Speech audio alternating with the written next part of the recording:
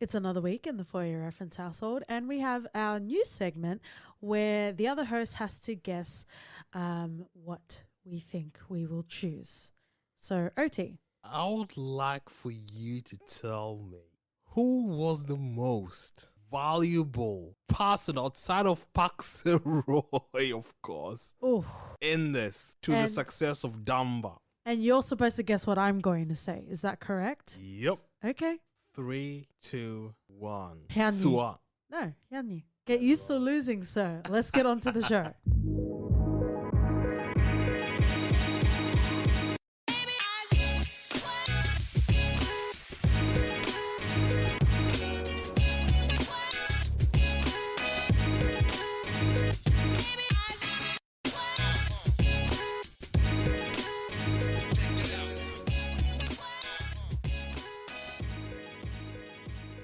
Annyeonghaseyo. Welcome to the For Your Reference podcast. You got your host, Katie. And Doti. And grab onto your squishy places because we are triumphing in hard work and counter with Itaewon Class this week. Welcome, welcome, welcome. Kamsahamnida for listening to our podcast. We're going to start off with stats, which is usually what we do around here. This is a Netflix show, and for all of the spankings that Netflix deserves, this is a good spanking. Oh, so many international TV shows and movies are being put onto the platform, which we fucking live for. La Casa de Papel, El Hoyo, Queen Sono. Please let us know if you'd like us to cover the 6 episodic adventure that is Queen Sono. But no subtitles are required, friends and lovers, because the splooshes are universal. Yep. So it came out in January of 2020, and it kind of slowly released itself into fruition of 16 episodes. Yep. I'll just call the first 3 actors that we have on IMDb. Playing Park Se-roy, we have Park Seo-jin. Yep. He is a fucking maverick. Not just in Korean cinema and screens, but also internationally. I loved how he stayed true to his haircut, mate. In the webtoon, because we're super learned, Itaewon is based on a webtoon which was colossally popular in Korea. So many of the fans of the webtoon, I think they don't really call it manga because it's not Japanese, right? Yeah. Correct us if we're wrong. But yeah, there was many to say about how the characters should be. But Park Seo-jin, everywhere from Parasite to Hwarang to Secretary Kim, he covers it all. Oh, he does. He definitely does. When I talk about my trophy case of stands, like, you know, Daniel Kaluuya, Park Seo-jin is in there as well. He just exudes so much quality. Well, there we go. Let's continue with the show. I'm getting all flustered over here. We have Kim Da-mi playing Jo Il-seo. And then we also have Yoo Jae-myung playing Jang Da-hee, who's the president of Janga. Jangako. Jangako. Like Coppola. So that's the cast that we have. We're definitely going to break the show down into delicious themes, also breaking into characters. Welcome, welcome, welcome. If you've never listened to our podcast before, I guess this is where we insert our spoilers into you with consent. Oh, it's consentful. But let's get into our segment of first impressions. So feel free to talk about whether you're a fan of the K-drama, OT, and I guess your general sort of feelings about the show. I've watched a couple of K-drama. All right. Pull all of your learned glasses up. Oh, no, remember, we used to have drama fever until it just disappeared off the face of the fucking earth. Let's pour some sip on the concrete, because that really got me through some times. It was also during the time of Hwarang when I was trying to find a way to watch it. Yeah, and wow, I wasn't immediately bought into the show. Katie kept on asking, "You have to watch this. You have to watch it. It's incredible." Until it reached a point where she had stopped and said, "I'm not going to continue watching this." Yeah. Until we start over with you on board. Yup. And I was like, yeah, maybe down the road. Not a minute later, in stepped Kim Tony. And I don't know what my man fucking thought at the time, but for sure, I was completely sold. I said, dropping everything, and we're going to start this properly. And I was not disappointed. The pilot episode, Jesus. Because you have this habit of like pretending like you're not watching what I'm watching. And that kind of got you into 90 Day Fiancé as well. Like you'll pretend, you'll be like, whatever, I'm not watching this. And then you'll ask me questions Like questions that you would only be asking if you're following for 3 episodes at least. But I get it, because as much as I fucking love Korean dramas, some of them are so fucking dramatic. Like they put the drama in Korean drama. So I definitely get what you're saying, but mate, when I tell you to jump up aboard this train and also watch the show if you're nasty, then you got to dive into it, my love. My first impressions of this show, how did I come across it? Well, obviously Park Seo-jin. I, on behalf of the podcast account, follow him on Instagram. So that's on behalf of the podcast. So it's less creepy, I think, right? Instead of me sitting in my corner liking all of his photos. But obviously it's on Netflix. It wasn't a show that you had to dig for, essentially, which I think is a great thing. It is. It right? really is. And I'm loving what Netflix are doing at the moment. Just trying to get a lot of different content from different cultures and origins, and promoting it on the global platform, which they have. And you know, it's one way to get fucking culture and one way to expand your fucking worldview, and this is it. Yes, we will sacrifice our firstborn. And my explicitives are solely paying tribute to Queen Sono. This is the second time I've mentioned it, I know, but calm down. Yeah, OT's mentioning it so much because he knows we're not going to fucking cover it. Maybe if I mention it like 50 times, you'll be like, all right, god damn it, we'll do it live. Well, it's feeling more like more than 6 episodes. But anyway, let's get back to Itaewon Class because we have a lot to cover. Let's go into my first impressions. So if we're talking about, you know, Korean dramas in general, you have Strong Girl Bong Sung, you have Oh My Ghost, which are super, you know, if you know, then you know. I think that's what the kids are saying. And then you have more serious sort of dramas like Stranger, which have Donna Bae in there. And then you also have Hwarang, which Park Seo-jin is also in as well, with Kim Tae-young, V from BTS, and he is also on the soundtrack for Itaewon. Yeah. You thought we were going to cover Korean show and I wasn't going to talk about BTS? Well, the joke's fucking on you, Army. But yeah, I was definitely into it. We'll talk about the show, but that fucking first episode is, it is all of the chef kisses. It could be a standalone, to be honest. It is fucking standalone. And we'll obviously talk in more detail about the first episode. But like, I felt everything that I ever needed to feel in my whole human experience. The feels, the journey, the exposition, the crescendo, just fucking everything was here.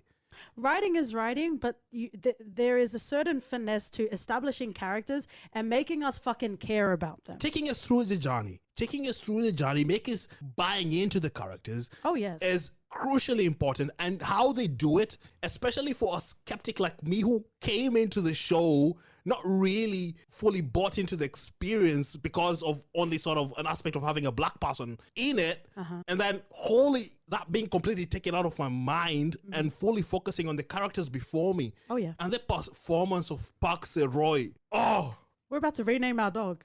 Yeah. Theo Seroy. Theo Seroy, mate. Oh, but the first episode was fucking brilliant. But we'll talk about it and we'll break it down. But that first episode, I was like, darling, come on. Like, we need to watch this. And you just poo-pooed me. And then again, we got to around episode 6 where Kim Tony walks in. And I have a secret. I had actually watched that 20 minutes before you came into the room. But I rewound it because I knew your ears and your other places would be perking up because we talk a lot about frame of reference. I really felt like that was going to valor your Magulis. So I played it cool, but I actually rewound it. But it did. It really did. Yeah. And even then you're like, yeah, let's watch it, but you didn't really commit to it. I got to a very pivotal point in the story. I already said spoilers, so I'll say it. This is where all of the years that Park Seo-roy, you just think he's dumb. You just think he's dumb and it takes him forever to get to do what he wants to do. But he actually had a calculated plan from the start. And all of that builds into a crescendo at the end of episode 6, I'm pretty sure. Yeah. And that is when, I don't even want to spoil it because it was so fucking delicious. But that is when I'm like, I'm actually going to stop watching this. Even if you don't want to watch it for months, I'm going to wait because this delicious moment is too good to watch alone. But there are some things you should be watching alone. Or maybe even listening alone. It really was. And I'm grateful for you forcing upon me a journey that I do not regret. A journey that has made me sort of appreciate the K-drama more as a genre, Pinning each other down and forcing each other to watch stuff is our love I know, language. and we've watched a couple of dramas together, and they've been good. Not to the level of How Itaewon dare you? Class. Horang is fucking amazing. Not to the level of Itaewon Class. Kingdom? I repeat. All right. And this just made me feel away.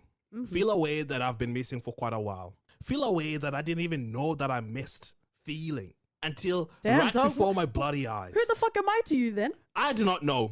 I have no idea. Don't you know K-pop and K-drama stands for KT? But wow, like I'm fully on board this train, and the fact that we're not gonna get another sort of second season, I certainly hope not, because I think it all came into a sort of nicely knitted bow. Knitted? Ooh. We can't afford any satin bows. Damn, dog. Well, true story. I used to, Oh no, is this going to be like a Joe Swanson Family Guy my aunt reference? used to knit bows, and they used to be the perfect sort of, I don't know, back in the day, you know, you get presents with a knitted bow. It's quite reusable, you know? I think she was keeping the environment in mind during those times. Sustainability is key, mate. Love is long suffering, and you'll come to find that out with OT. Mm-hmm. And thank you for directly correlating why that was relevant to the episode. Oh, you're welcome. But just generally overall, you know, not necessarily to besmatch K-drama, but there is a certain connotation around K-dramas, and it's exactly what you're saying. Like, you had an expectation of what it might be, so you're like, yeah, nah, it's not for me. Yeah, and I told you up until I think the third episode, I was exhausted. Yeah, from all I think my we cried in every fucking episode. From all the work my TA ducts had to do, I was panting by the finishing of the third episode. It was at least your ass got a break. What? You better leave that shit in there. Oh my god, you're ridiculous. That relates to ass because I said leave that shit in there. We're a classy podcast, friends and lovers. Too classy. And that's what fucking happens when you derail us. Learn your lesson, OT. I guess what I would say, just finishing off the first impressions, was this Korean drama, this Korean show is exactly what I wanted. It was tantalizing. You know, when people talk about cooking, where it's like salty, sweet, there's acid and there's heat in it. This combined every sort of tasty morsel in a viewing experience. Yeah. It covered so many social commentary effortlessly. It wasn't even done in a preachy way, and it really strived to cover a lot more than you would in your average sort of Korean drama. Oh, for sure. There are a lot of sort of themes that we'll come across. One of them being like the big age differences in a relationship. You know, sometimes you'll see it in Korean dramas, but it's a cutesy thing, being like, haha, oppa. I just wanted to say oppa on our podcast. But this actually delved into, you know, the actual conflict that Park Se-roy had. So there's a lot of tasty morsels to delight yourself in Itaewon. Something that I would say is, and it might even be in our For Your Reference segment, is this really reminded me of Monster, the anime. Oh. In the sense that, yes, you know what an anime is, but Monster completely blows you out of the water on any sort of expectation you might have had or any sort of limitations that you think anime might have. Oh, for sure. So I would definitely correlate that sort of sensation to Itaewon as well. Cool. So let's actually dive into the themes, but also the characters. I want to focus specifically on the first episode and also on Park Se-roy. Yeah.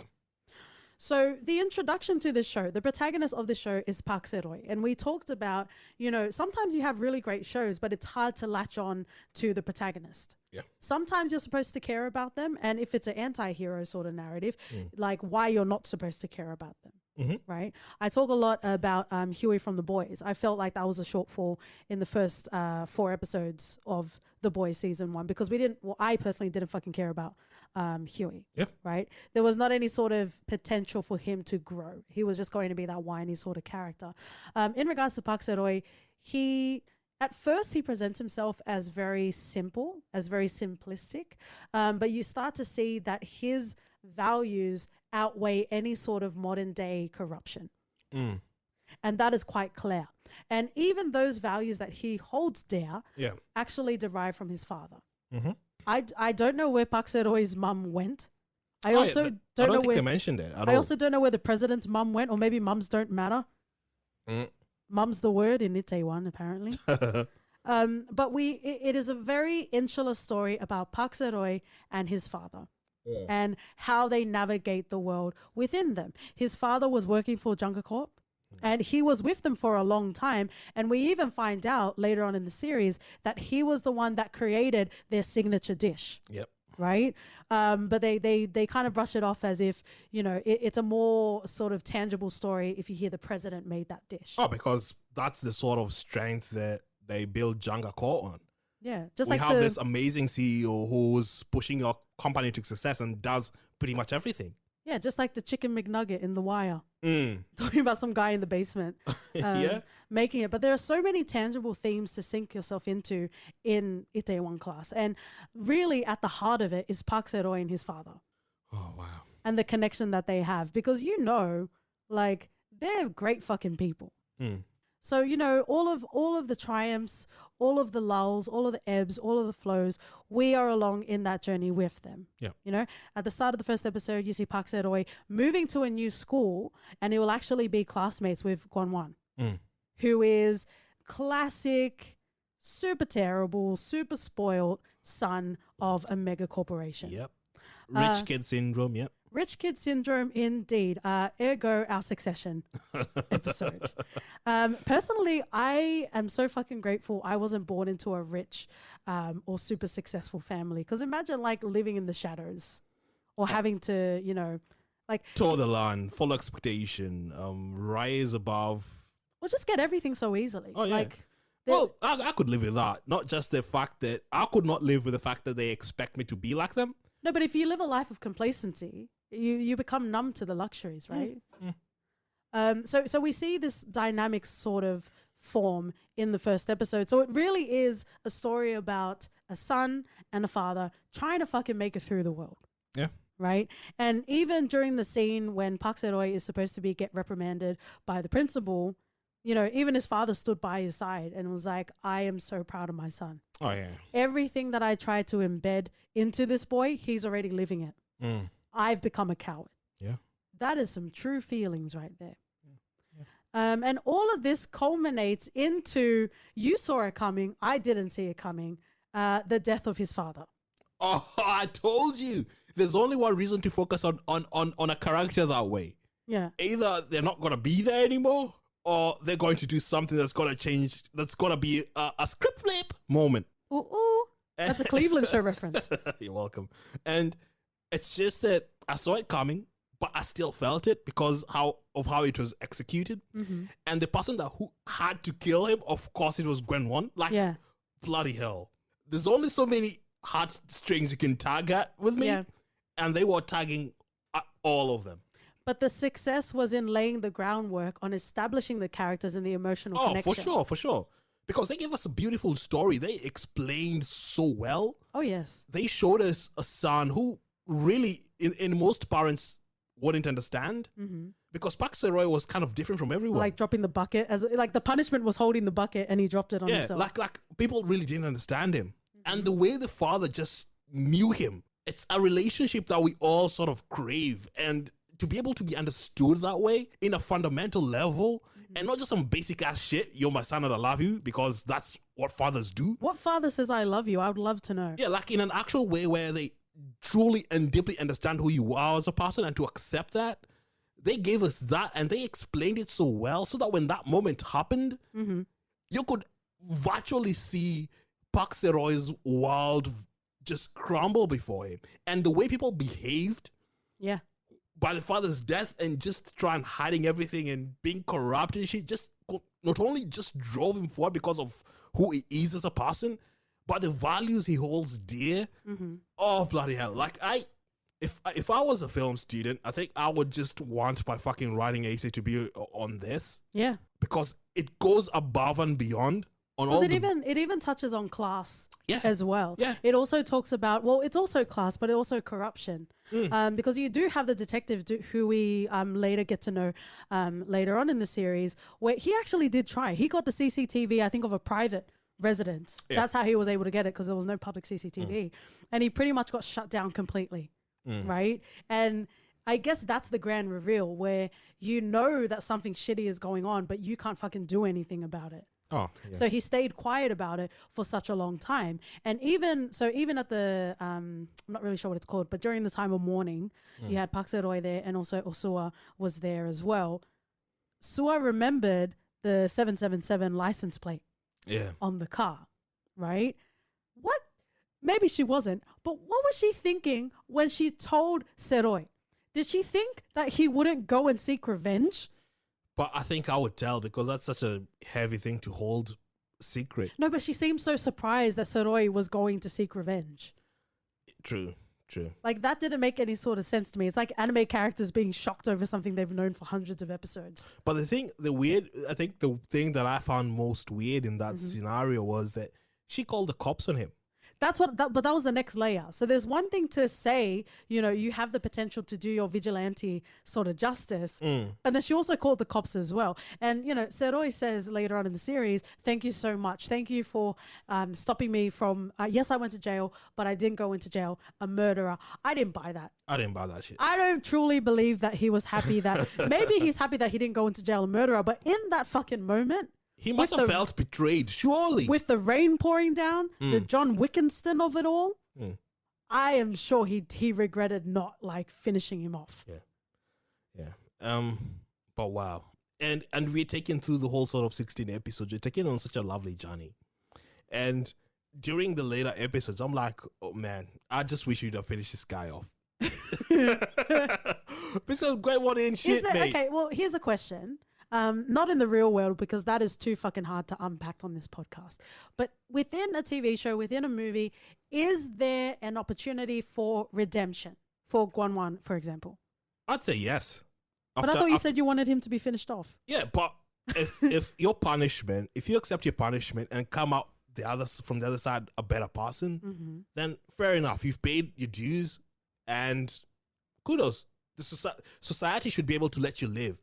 But there's a disparity in privilege of class, right? Anyone that is driving can unfortunately harm someone, right? But not everyone has the privilege to hush that away, to make that crime go away. So do you think that's fair? Of course it's not fair, but it's the world we're living. And really?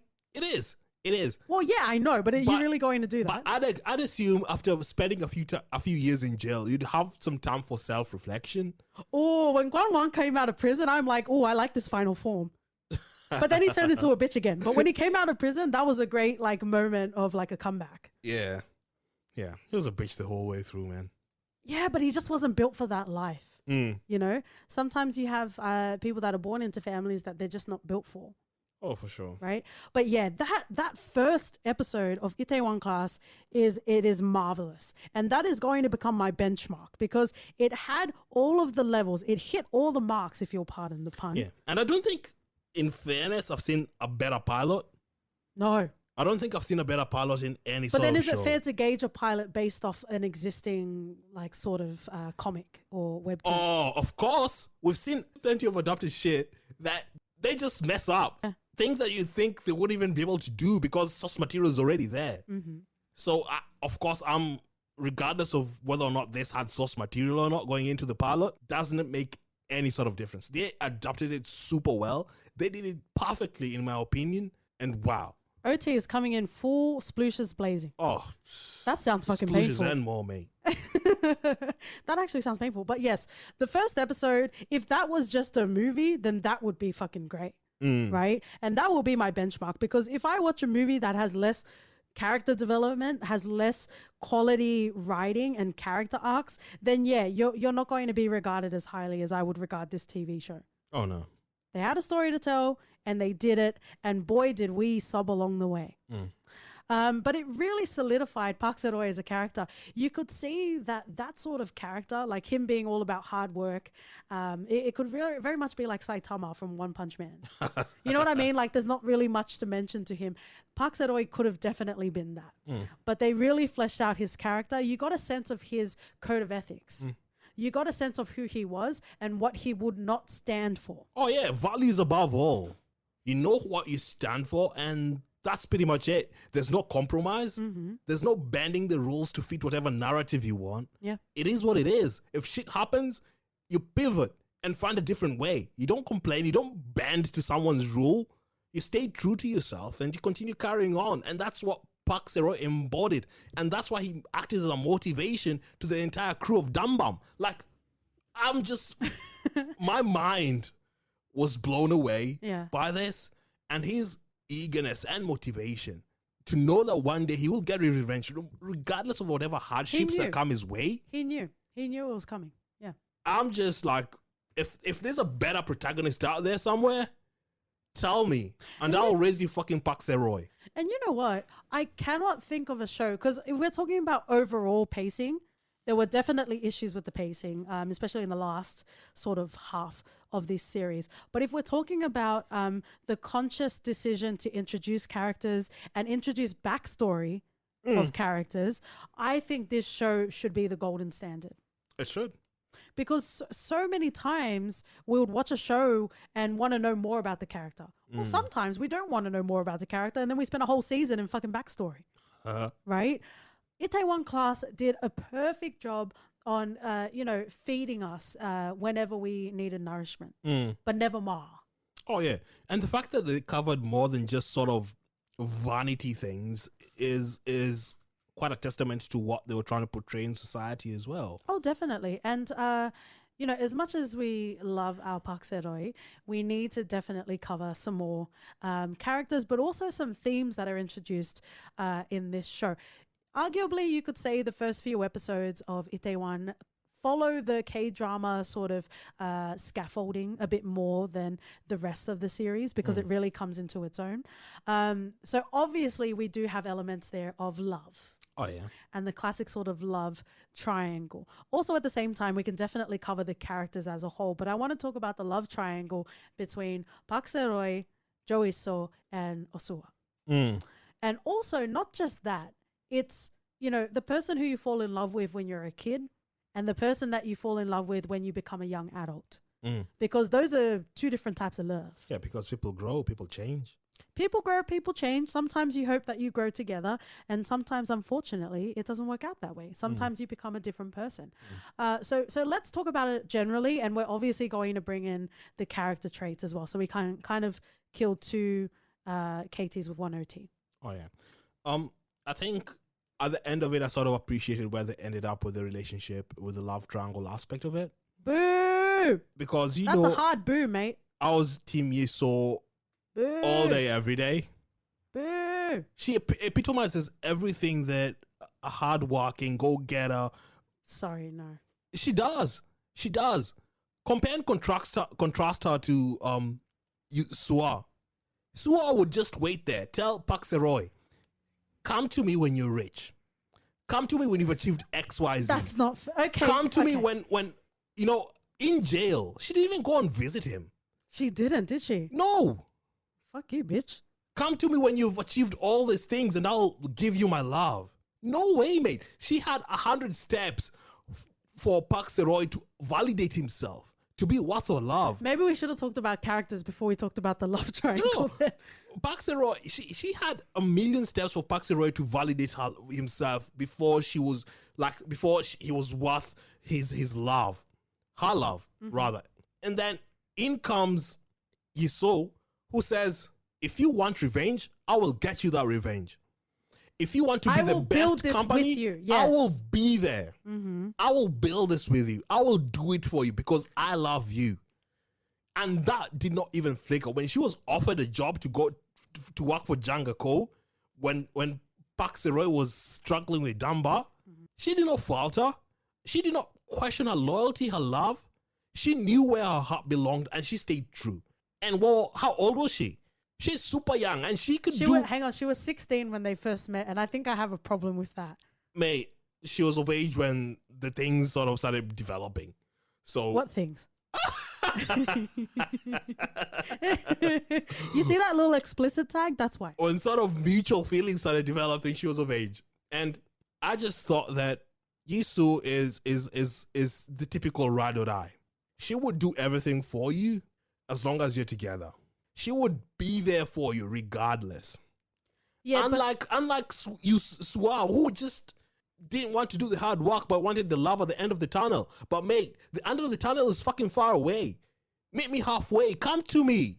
Let's run towards each other so we can compromise.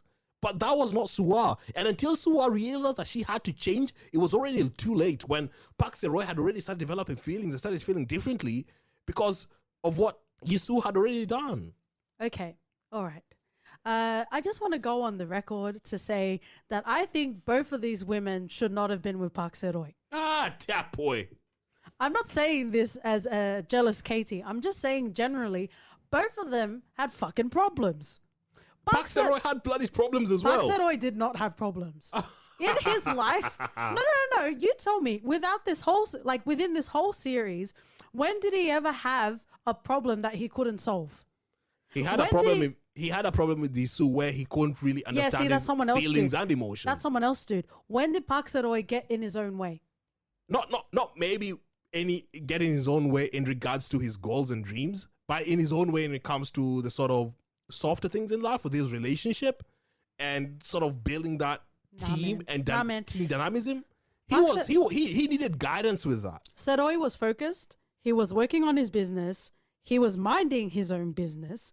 With Iso, he would have been a babysitter, essentially. And with Suwa, he would have turned into a sugar daddy. Like, both of them were self-serving. They weren't necessarily about Se-roy. They just wanted him as a prize. Iso saw him as a project and tried to work on him. And, that's some fucking incel shit. Like, I'm just going to keep hanging around and keep being useful, and eventually you're going to fall in love with me. That's not fucking fair. That's too much fucking pressure. No, but at least she was clear about it. Nah. She was like, mate, I ain't going nowhere. And one day you'll fall in love with me. But if a dude was doing that? That's creepy as hell. Oh, well, piss off. Because she's so cute and she's great. Piss off. See, and therein lies the evidence, friends and lovers. Suwa, I guess it's unfortunate that her upbringing was overshadowed by her sense of privilege. I think, sometimes when people get rich, they're a bit distorted from reality. As much as we love Neil deGrasse Tyson, you know what I mean? Like sometimes people get so rich and so privileged, they kind of forget what the ground is like. I think Suwa kind of got like that because it started off as her not wanting to rely on anyone, and I can definitely deeply relate with that, and I think that's why I defended her, at least for the first half of the series. But then it kind of became, like her on her throne saying, come back to me, peasant, once you actually have something to work for, which I definitely don't relate to. I'm in the trenches. I'm all about that sort of life. But I do give her graces in the sense that she did struggle and she really made a life for herself. When we had the backstory episodes, I guess in some ways you could say that's an excuse to try and make you feel a way about the character. But I think the way that Joiso was, I just didn't like her from the start. She just seemed like a bratty sort of kid that wanted what she wanted. Slapping grandmas in the street. But we saw how she grew up as well. We saw her backstory. She was all about winning regardless. And they weren't necessarily rich. But relative to losing his mom, losing his father, Se-roy, and growing up an orphan, Suwa, Yisu did she go through hardship? Sure. But okay, so this is where we're getting to. And when Yiso went with Se-roy to go and talk to the previous detective, and she was laying there and stroking his scars and that sort of thing, that fucking pissed me off, because to love someone isn't enough. You kind of need to be on the same scale of having gone through shit in your life. And hang on a second, if you're a young, fresh 20-year-old and you haven't fucking experienced what it was like to go deep sea fishing, to have to be in prison, to have to be an orphan, there is a disparity in relatability in regards to the hard fucking life that you've had. So that was the problem that I had with Iso, because she talked a big talk, but really in the grand scheme of things, you haven't experienced shit. I cannot disagree with you more, mate. Well, then what are we doing then? Yisu, when she learned of what Park Se-roy went, of course she knew her troubles were trivial compared in contrast. No, but I'm saying you can never really be in a true relationship if you haven't struggled as much as the other person. Because eventually you're going to get sick of them and say, hey, pull up your shit, right? When everyone has so much, like when, you know, Seroy has so much baggage that he's dealing with, she'll get to a point where she's like, I don't fucking understand what the problem is. But we didn't see that. We didn't see that with Jisoo. Because fairy tales end there. And the fact that when she learned about what Park Se-roy had been through, that just deepened her love and affection for him. Yeah, but it's the same as going on YouTube and watching a sad story about, you know, any sort of social There's a difference though. There's a difference between watching a sad story and feeling sad about it. But Jisoo not only just felt sad about it, she gave her life. She treated him like a Ken doll. That's all I'm going to say. Regardless of how she treated him as a Ken doll or a project, she gave her life up. Does that mean I need to devote my life to you? She said, I'm dropping up. I'm going to devote my life to you. No, but does that mean that Seroy has to fall in love with you? No, it doesn't. But that's what she wanted. But she said, I'll quit. But at the end of it, when she was already in hospital, she was ready to give up. The ending was an issue. The ending was a fucking issue. I really felt like, hey, Seroy, you are a strong, independent man. Go and be by yourself for a while. Or, you know, be with someone, but definitely not the ones that were presented to us. No, man. I knew we were going to spend some time on this love triangle. I just knew Jisoo was the one for Park Se-roy from the get-go. And it was just when Park Se-roy finally realized and opened his eyes to the fact that his one true love was just always there. It was very arrogant of Suwa to be like, oh, he'll still love me. He'll still love me. It was arrogant. Because it's not enough. It's not enough. But she's good. She's good. She's good at what she does. She's beautiful. Why won't Park Se-roy fall in love with her? Suwa? Yeah. Well, I think we're also forgetting near the end of the series, you know, even buying out the stocks at Junker Corp, that wasn't enough. It was actually Suwa that tear down the empire with her years and years and years of scandals and secrets that she had. But that was just because of guilt.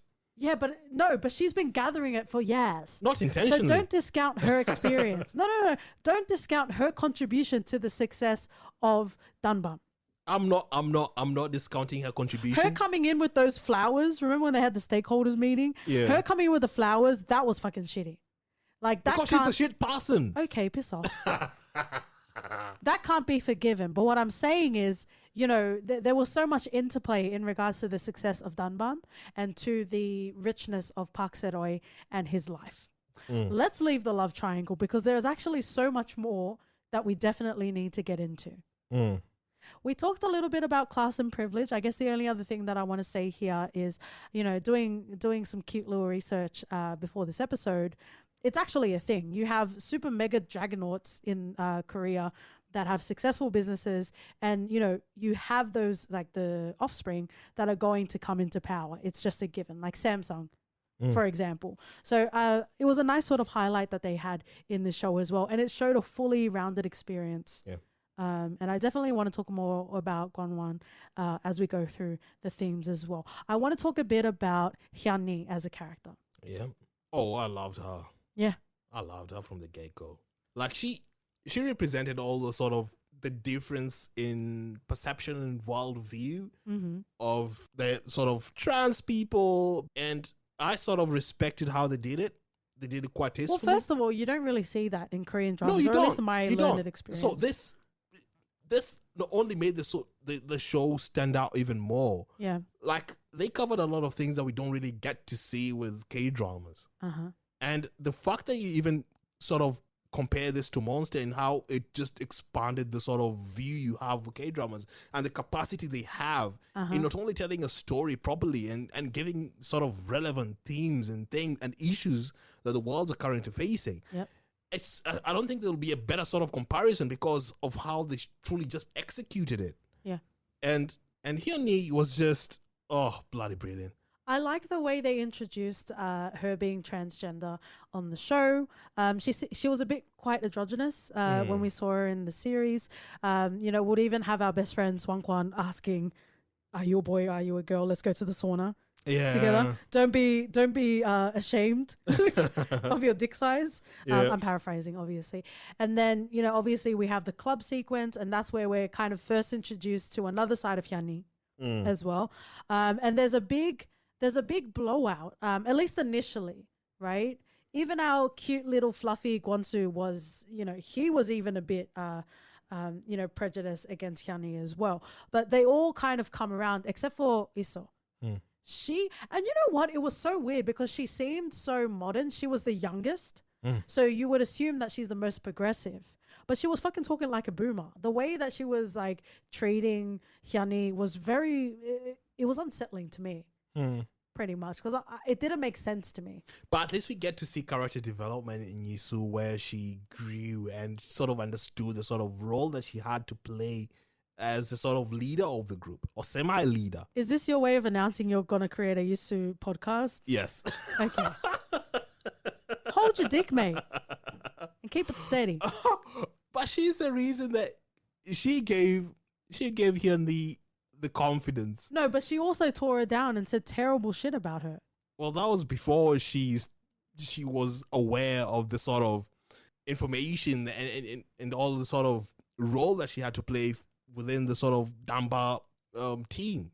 Yeah, but I guess at least for me, it was a surprise because she was the youngest. She seemed to be quite progressive. And, even with Kim Tony, which we'll come to in a second, it just really brought me by surprise that she wasn't in the future. Like, she was very conservative in her views. Yeah, she was conservative in a lot of the sort of things initially, but at least she grew out of them. And that's... No, but you're hurting people. With the comments that she made, she hurt Hyun Yi. And you could see it. And Seroy gave them a little project where, even though Yisu isn't a cook, she knows what tastes good, right? So they had that cute little montage together. But for me, that's inexcusable. But also at the same time, I guess it's also keeping in mind that South Korea is a homogenous sort of culture. Yeah. You know what I mean? They don't really see people outside, especially if you're not in the city sort of areas. You're not really seeing the multicultural sort of, community that you have in Australia, for example, or even in Kenya. Right. So I guess there's something to say about that, just because people have, ignorant views that they're not terrible people, which I guess is a story beyond this episode. But it was interesting to me that Yisu was the one that was ignorant. Like, if anything on paper, you would think it would be Song Kwon. Right? True. Right? Yeah. But I really loved it. And then it built into a triumph where you have Hyun Yi cooking in the competition. Right? And it didn't even matter, with all of the power, with all of the producers that you're rubbing shoulders with, Hyun Yi won that competition. Oh, yeah. Right? That was beautiful. But then you also had the moment where Gonsu leaked the story to the media about Hyun Yi being transgender. Yeah. What the fuck? I'm sorry. It's a K-drama, but I will never forgive that shit. Like, Gonsu is fucking ridiculous. He is a seemingly good guy, right? I don't think it's his problem. I feel like it's the writing. I don't think it's him. No. Here you have a seemingly good guy at the start, who's been through a lot of shit. He's been bullied by the brother. His father doesn't really care about him because he's a bastard. And then you'd think after all the years of being sort of feeling second best and feeling oppressed, he'd be in the best position to sort of understand a lot of these scenarios and situations. Sorry, where was this scrutiny when you were talking about Iso? No, that's different though. It's all different, isn't it? Because Gwensu knows all these things before. He's experienced a lot of hardships. He was like a cute little bunny rabbit. Like, he he's just wanted been to take beaten care up. of him. He's been treated as a second class citizen all his life. Yeah.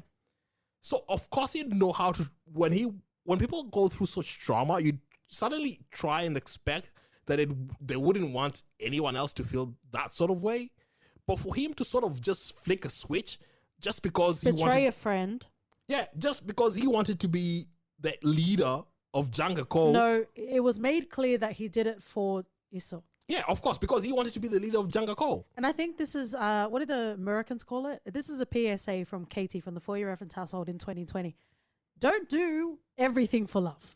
Well, Yisu told him, don't come to me until you're the CEO of Jangako. Seroy said the same sort of shit to Iso. I mean, as opposed to keeping them at arm's length. Yeah. Yeah, but don't use that as an excuse to be a shitty person. Hyun Yi was nothing but welcoming to Gwansu, and he didn't care because at the end of the day, he wanted to have love with Iso.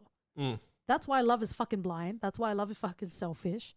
And don't forget the people that, loved you and supported you along the way. That's all I'm going to say. Oh, yeah. So let's get into pretty much the topic that OT wanted to focus on in First Impressions, and that's foreigners in Korea. Mm. Yeah. So, obviously, most contrastingly, Kim Tony Mm. is introduced into this show. As far as I understand, I don't think he was written in the comic. No, he was not part of the comics. He was later introduced into the show. And I'm actually surprised that he had quite a lot of character development and he had quite a backstory. He had quite a backstory, but I felt like they didn't explore him too much. In 16 episodes, though? No. I think they did quite well. No, at the start, they brought him in and he was part of the team throughout. And then he sort of just disappeared out of nowhere. Can I just say his opening scene where he's speaking Korean? like and you know, the team's face was they're just like, I don't speak English, and he's like, neither do I in Korean. That was He hilarious. has the cadences as well. I think he's lived in Korea for around 10 years. Yeah, Shout out to Chris Lyon. He really does. And Yeah. it was such a fun scene. And then not only in that fun scene, they sort of start overlaying the sort of heavy themes with it. Oh yes. What does it make for you to be a Korean? Is it just the skin color? And that's where your girl Isso comes again. Yeah, and I'm not giving her props for that because that was wholly wrong. Yeah. Like people here would call me Aussie because of how I look. You know what I mean? Like they'll be like, "Oh, mate, where are you from?" You know, and it'll always be African and Kenyan, no matter, regardless of how proud I am of where I'm from. But if I identify as fucking Aussie, Okay, then- OT Dolzel. no, I'm just saying. You know, it's the sort of thing that you'd want to think that people are smart enough or open enough to sort of admit and Just accept. ask one fucking question and it will blow all of the perceptions that you have. Right? Yeah. But yeah, like you said, representation is very important. At least in the Korean dramas I've seen, I haven't seen anyone that wasn't Korean in the shows and the movies. And it doesn't have to be, but if you choose to have it, definitely make sure they have depth and they're not a caricature, which I think they did quite well with Kim Tony. They really did. I really, really thought that Mr. Kim, who's the 2IC to the president of Jungle Corp, I thought that was his son. Me too. Because it's Kim, it's Mr. Kim It would as have well. been. It would have been cute if. But it Kim was. is like the Smith of the Korean world, isn't Yeah, it? but it was sad. But at least he found his grandmother Yes. rather than finding out that his father had passed away tragically. So this is a cute fun fact. So the scene where he's actually peeling the apple, apparently he was just supposed to be peeling it, and it was a non-scene. But Chris Lyon apparently is notoriously known for not being able to peel apples. So when we have the scene of Did you teach him? yeah, when we have the scene of the grandma like insulting him and making fun of how he peels the apple, that was actually real. Because it wasn't supposed to be a scene to focus on because he God, did it that's so hilarious. badly. It was so obvious on Yeah. screen. You know what I mean? Yeah. So that was a cute little tidbit. That was a cute little moment that we had. I wouldn't go so far as to say the storylines are incestuous, but it was a bit interesting how so many stories intermingled itself because you have Kim Tony with his grandmother, but she's also a mega investor in real estate and she's been around for decades. I was like, Living as a that's lone bit- shark in some. Yeah, I was like, that's a bit convenient. But you know, at the end of the day, like that's a baby qualm in the sea of splooshes that we have for Itaewon Class. But before we move on from foreigners in Korea, I do want to focus on the scene at the club. Oh. So we haven't been to South Korea. If anyone wants to sponsor our trip there, please do. But from what we understand, but even in like Russia, for example, like, you know, at clubs, there's a certain sort of standard that are allowed in there. Not just like Korean people, but like you can't even have fat Korean people. Like you need to have a certain look that are allowed in the clubs, right? And then it kind of gets a bit ugly in the particular scene in Itaewon Class because I don't know if he outrightly said it, but it was made quite clear that Kim Tony wasn't allowed in, right? I don't know if they said no black people, but it was made quite clear that he wasn't allowed to be there. Yeah. And there were so many comments that Isso in particular made in that scene. And can I just pull you, OT, you specifically, and anyone that wants to align with the OT faction? I want to take you to around 2 minutes later where Seroy, he ends up on the scene. And he's asking the bouncer what happened, right? Isso kind of brushes it off like, yeah, he's black. He's not allowed in, right? What does Seroy do?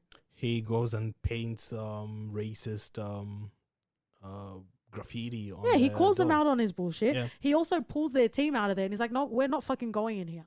Right? So it's interesting. And it's not to besmatch Yoiso, but I guess it's just to say that there are so many different attitudes in regards to foreigners, right?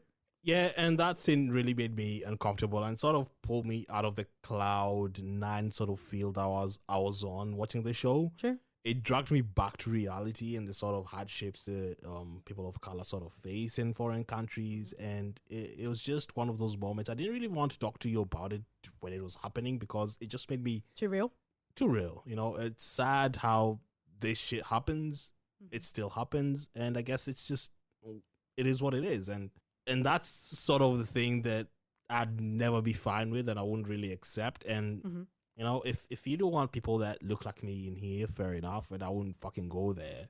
But it's just a harsh reality that this shit exists. Yeah, true. Yeah, and it's sort of, I thought in my mind when I watched Kim Tony in there, I sort of felt, oh fucking hell, you know, a barrier has been broken. Yep. And then that happened, and I'm not sure in my mind I wasn't really prepared for it. It sort of caught me off guard. You were riding high. Yeah, I didn't think they would go there. And in my mind, I would have thought, oh fucking hell, I'd want to go to Korea right now. Yeah. And live my best life. Uh-huh. And hopefully everyone's sort of, I don't know, which is a sort of naivety in me. Or at least I think that was the naivety in me when I watched when I first saw Kim Tony in this. And then for that to happen, it sort of just railed me in a bit. Yeah. I was like, oh yeah, this shit is real. This shit happens everywhere. And we've seen an interview with him and him saying that he's experienced that in real life. Yeah, it's not just the show. Yeah. So that not only makes me sad, but I guess it's sort of just, it's the fact of life, I guess. But do you also appreciate that they showed that aspect in the show? Oh yeah, it wasn't all perfect and amazing? And nothing will change unless people talk about this shit. So the fact that they covered it, and the fact that it's out there, hopefully it shines a light towards the sort of people that do this and sort of implement this sort of archaic views. Yeah. Either way, it was such a, like, in as much as it was a real thing to see, I think it was an important thing to see. Because ignorance is the sort of root problem of all this nonsense. Yeah. And once the naivety and the ignorance sort of fades away, then we're left with the real shit to deal with. And that's what we're here for. And it made me happy. And the fact that Kim Tony's character was not just a sort of paperweight to be let's just used. have him in it just to have him. Yeah. Like it wasn't just an aesthetic thing. It was more geared towards a storyline, and he played such a pivotal role in Park Se-roy's sort of success. Let's not forget his performance on the rooftop. Oh, he kind of tied the whole series together. That was really good though, wasn't it? Yeah. And I guess it's just one of those things. Like it is what it is, right? It might not be great. It could be better.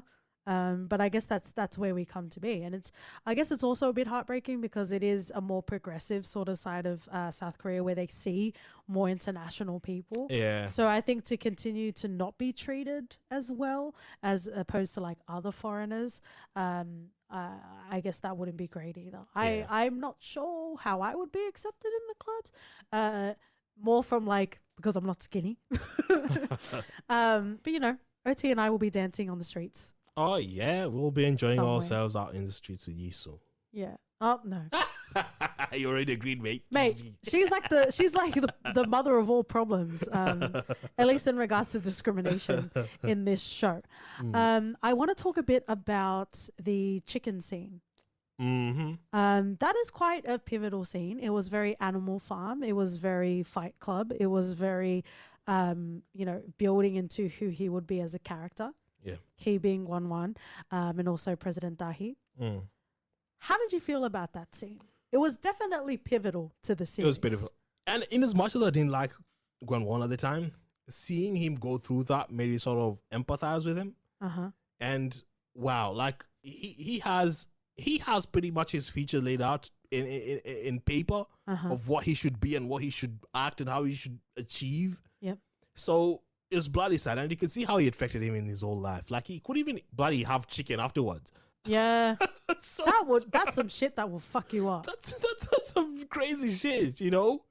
Like that goes beyond watching some fucked up documentary about the meat industry. And like Katie has said numerous times on this pod, no one can fuck you up as much as your parents. Thank you, Daddy. You're welcome. Wow, that got really sexual. But but you know what? Like Won as a character, You know, every time I gave him graces, he would do some shit where I'm like, nah, that's unforgivable, mate.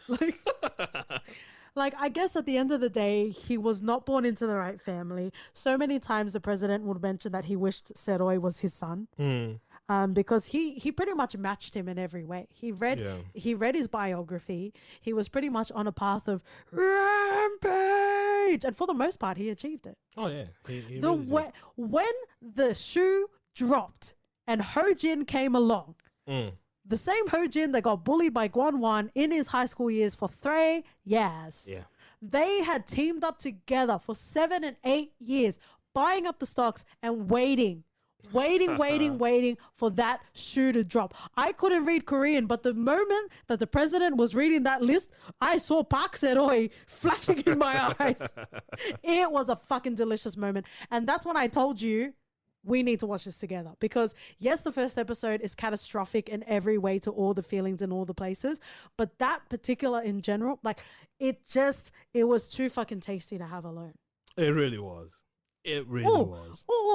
So much emotional investment. And like you said, as much as we fucking loved it, we don't want another season. No, it's done. Like the story is done. It's done. There's no coming back from this. Like you've experienced their sort of 15-year, 20-year of their lives. Yeah. On how they got to that point and where Dunbar became IC and IC sort of became this multi-global corporation. Then there's nothing more to tell. Yeah. We've seen the journey of Park Se-roy to fruition. His dreams have been achieved. What more? He's got more on the horizon. No. What more could drive him? Because revenge is a factor in bringing down Jang Gako. What's the factor here? What would the motivation be? Money! Getting bitches! It wasn't really just about money, was it? Yeah, I know. Yeah, so I don't know. I'm just happy. I just hope that the sort of 16th episode is the end of it. Yeah. So that we live to have this sort of thing in history where we can go back and just rewatch it. I'm pretty sure Park Se-jin has like 100 other projects he's working on right now. Yeah, let him do other things. And I'm sure with this, it'll set hopefully a benchmark of what a K-drama can be and what a K-drama can stand for and what a K-drama can deliver in terms of themes. Let's push the boundaries. And when you push the boundaries, like foreigners in Korea, don't be scared to show the ugly side as well. Yeah, because we know the ugly side exists. Even though OT was naive to see it at the start and it caught me off guard, it still should be there. Yeah. Because it sort of portrays our community perfectly. Yeah, you don't want to have Straight Outta Compton where it feels too sanitized. Oh yeah, Dre wasn't that good. But you thought we wouldn't get a reference in there? Speaking of references, there is so much. I'm surprised that we talked about so much, but there was so much we could still cover. Yeah. But speaking of, let's get into our segment we call For Your Reference. I'm gonna reference Monster. You would think it's your typical run-of-the-mill anime. It's not. It simply outlays what an anime could be. Without insulting, it doesn't feel like an anime. It really doesn't feel like an anime. But wow, does it deliver in storyline? It delivers in great characters. The depth it goes to explain those. Oh my. Like, it's one of the things that I would recommend to anyone who wants to fully understand what an anime could be. And just to hang in there, because far out, there's some fucking creative people out there. And Monster is one of the best things we've watched to date. To date with Denmark. Yeah. I have two references. The first reference that I have is Whoring. Oh, of course. Yeah, the dog bird. You'll understand that if you've ever watched Whoring before. But Park Se-jin is also in there. Also Kim Tae-young, V from BTS. And then also, always, I got to reference Kingdom. Itaewon kind of reached in the priority to watching, but I think it was more the consumability of it. Yeah. Kingdom is very much a vintage wine that you need to enjoy, and in these uncertain times we definitely need to come back to it. But I will definitely reference Whoring and also Kingdom. But thank you so much, guys. 감사합니다. All of the feels fighting. You can find us on Twitter and Instagram. We are For Your FPod.